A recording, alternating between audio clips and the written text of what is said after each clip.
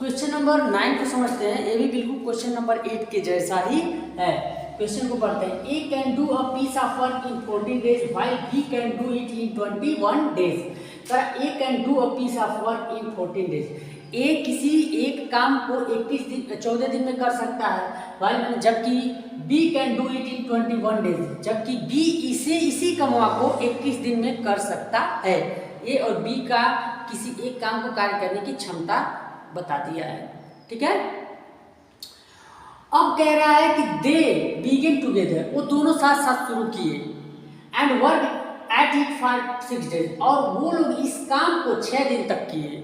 दोनों लोग उस एक काम को एक साथ करना शुरू किए और उसे 6 दिन तक काम किए लगातार साथ मिलकर।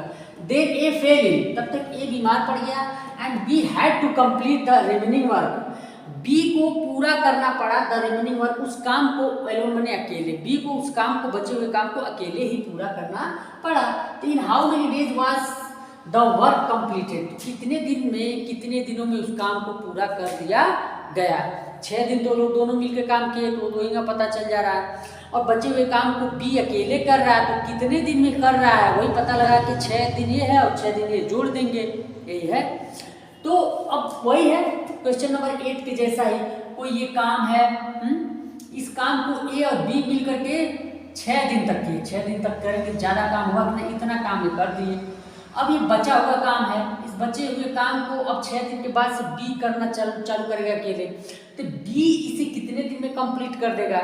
तो सीधी सी बात, हम इस बचे हुए काम का वैल्यू निकाल करके बी के द्वारा एक दिन में किए गए कार्य की क्षमता पता करके बचे हुए काम को एक दिन में इसके बी के द्वारा किए गए काम से डिवाइड लगा देंगे, वही हमारा आंसर हो जाएगा।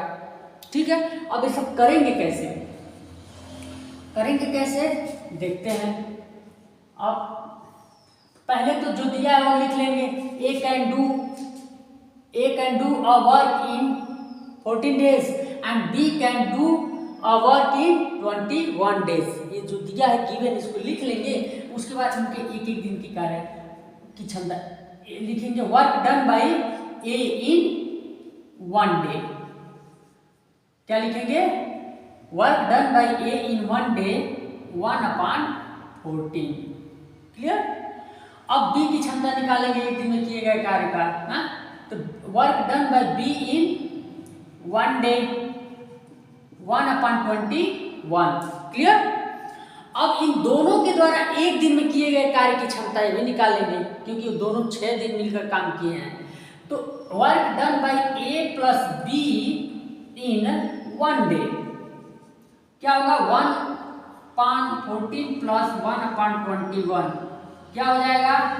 42 एलसीएम होगा, 14×3 = 42 प्लस यानी 5/42।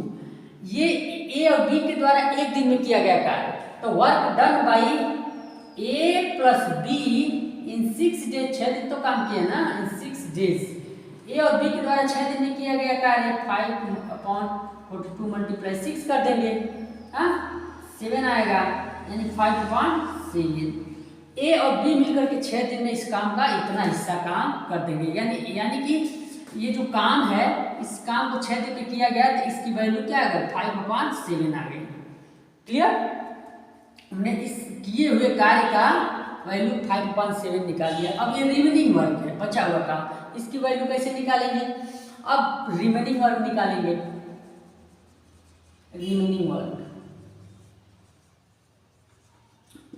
रिमेनिंग वर्क निकालेंगे कैसे?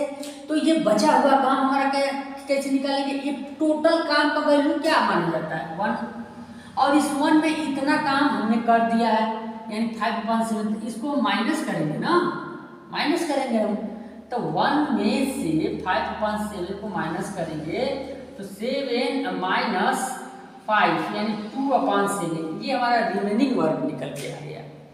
अब ये बचा हुआ काम ये है, तो बचे हुए काम को बी के द्वारा कितने दिन में समाप्त कर दिया जाएगा?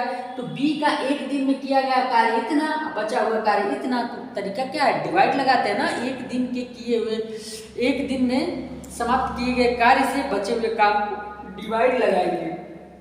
तो लिखेंगे बी कैन